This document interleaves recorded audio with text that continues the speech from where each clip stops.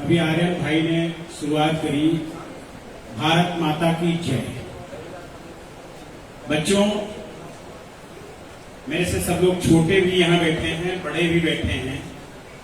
जब भी हम भारत माता की जय बोलते हैं, क्यों बोलते हैं? किसी बच्चे को पता है हम भारत माता की जय क्यों बोलते हैं? मैं बताता हूं। हम जब भारत माता की जय बोलते हैं, माता की जय बोलते ही हम सहोदर हो जाते हैं। अब आप लोग हिंदी का शब्द सहोदर समझने में भी दिक्कत होती है। मैं बताता हूं। एक मां के पेट से पैदा हुए दो लोग सहोदर, तो हम सब लोग एक घर में तो नहीं पैदा हो सकते।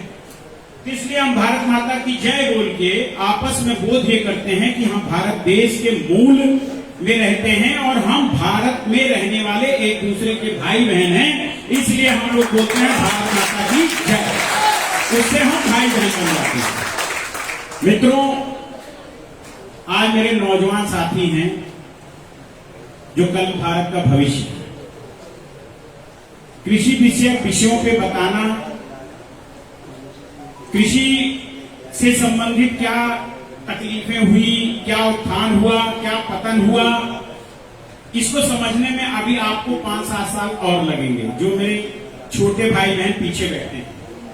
लेकिन चूंकि आप मूल में हो और आपके शिक्षक भी यहां हैं, तो आज बात करने का एक आनंद ये भी है कि हमारे जो किसान कल्याण परिषद का जो मुख्य उद्देश्य है, लोगों में जन जागरूकता लाना, लोगों को जागरूक करना कि अपने अधिकारों को समझें और भारत देश की मूल व्यवस्था जिस पर 70% आबादी उस पर आश्रित है, उस विषय की व्यापकता को समझें।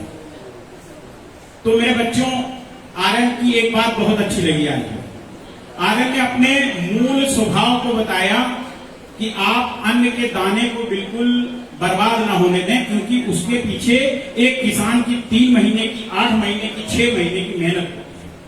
आप सब लोग टिफिन लेके आते हो ना घर से? बच्चों बोलो, लेके आते हो ना? उसमें 3 लोगों की मेहनत होती है। मां का समर्पण होता है।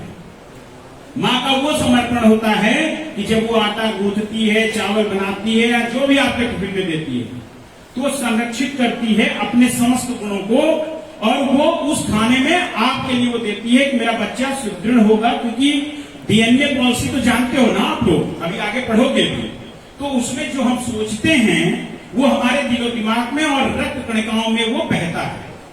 तो मेरे बंधुओं, मां का समर्पण, पिता का त्याग, जो पिता दिन भर देखते होगे ना, पिताजी सारा दिन मर खप के आते हैं, यहाँ काम करके, वहां काम करके, ऐसे करके, वैसे करके, लेकिन आपको देखते हंसते बोलते मुस्कुराते रहते हैं।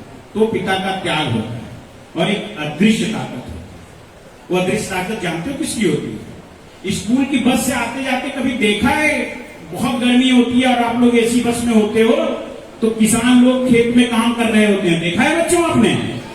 बस उनकी ताकत होती है उसमें। उनका जो पसीना गिरता है खेत में और उससे जो उपज होती है, वो आपको आपके मां के समर्पण से और पिता के त्याग से प्राप्त होता है।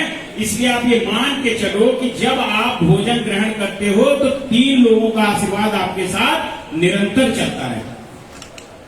उसके बाद बहुत से बच्चों ने ये सोचा होगा, मैं आईएएस बनूंगा, डॉक्टर बनूंगा, ये बनूंगा, वो बनूंगा, ऐसे ही सोचते हो ना? कोई लोग तो ये सोचते नहीं मैं किसान बनूंगा, सोचते हो क्या? लेकिन बच्चों, आज मेरे कहने से गूगल तो चला लेते हो ना, तो इंटर वाले भी सब करने लगे हो, हैं? करते हो ना? आज देखना, सबसे ज्यादा इनकम टैक्स कौन देता है? किसान है देश का। अब लोग कहेंगे कृषि व्यवसाय तो बाहर है, लेकिन किसी जनित उद्योग तो हैं, वो सबसे ज्यादा इनकम टैक्स दे रहे हैं इस विषय पर। क्योंकि कृषि सिर्फ खेत जोतने से नहीं आती है, खेत में उपज पैदा करने से कृषि नहीं आती है। कृषि के साथ एक बहुत बड़ा अदृश्य और ना दिखने वाला उद्योग है जो इस भारतवर्ष को संचालित कर रहा है, इस भारतवर्ष को चला रहा है और इस विश्व की इकोनॉमी को घुमा रहा है। आपने पीछे एक बीमारी का नाम तो खूब सुना होगा ना, 2 साल से स्कूल बहुत दिन नहीं आए होंगे। क्या था वो बीमारी? कोरोना। उसमें 2 ही चीज चलती रही, सबकी नौकरी बैठ गई, सबका धंधा बैठ गया, लेकिन एग्रीकल्चर से जुड़ी और एलाइड एग्रीकल्चर की चीजें चलती रही और मेडिकल की चीजें चलती रही। चल रही थी कि नहीं चल रही थी? खाने को कभी कमी हुई? नहीं हुई ना? तो भैया इस पर विचार करना शुरू करो कि हम कृषि से संबंधित किन किन चीजों पे काम कर सकते हैं। और आप अभी छोटे हो, लेकिन मन में ये पालो कि हमें इस दिशा में कल को कुछ ना कुछ नया करना है, ऐसा शोध करना है, ऐसे विषय में जाना है कि हमारा जो टेक्नोलॉजी है वो टेक्नोलॉजी इजराइल, जर्मन और इनसे बीट करना शुरू कर दे, क्योंकि ये आपके कंधों पे है। दूसरा, हमारे शिक्षकगण, देखिए शिक्षकगण को उपदेश देना या शिक्षकगण को मार दिखाना ये तो शायद अनुचित व्यवहार होगा, लेकिन शिक्षकगण से एक निवेदन किया जा सकता है कि अपने मूल विषय को पढ़ाते पढ़ाते अगर कभी कभी कृषि से लेकर संवाद किया जाए, क्योंकि हम सब लोग किसान के बेटे हैं, प्रत्यक्ष रूप से किसान हैं कि नहीं है ये एक चर्चा का विषय है, लेकिन हम किसान के बेटे हैं ये तो मूल स्वभाव में है ना। तो कभी कभी हमारी नई पीढ़ी के साथ संवाद जरूर कृषि से किया जाए। जैसे कि बहुत से बच्चों को यही नहीं पता होगा कि गेहूं और धान का अंतर क्या है, लेकिन अगर आप बताएंगे तो उनको धीरे धीरे अंतर भी समझ में आएगा और जिस विषय पर रुचि बढ़ेगी उस पर वो आगे बढ़ेंगे।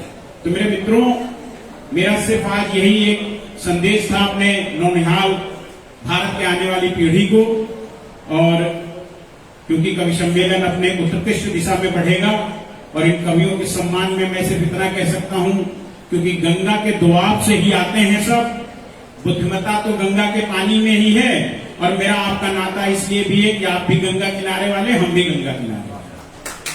मित्रों, इस मंच के लिए सिर्फ मैं इतना कहना चाहता हूं कि आप कालोदधि के महास्तंभ आत्मा के नवकेतु हैं। आपका यह विराट स्वरूप कल्पना पट पर नहीं समाता है। कितना भी कुछ कह लूं, कहने को शेष बहुत रह जाता है। धन्यवाद मित्रों।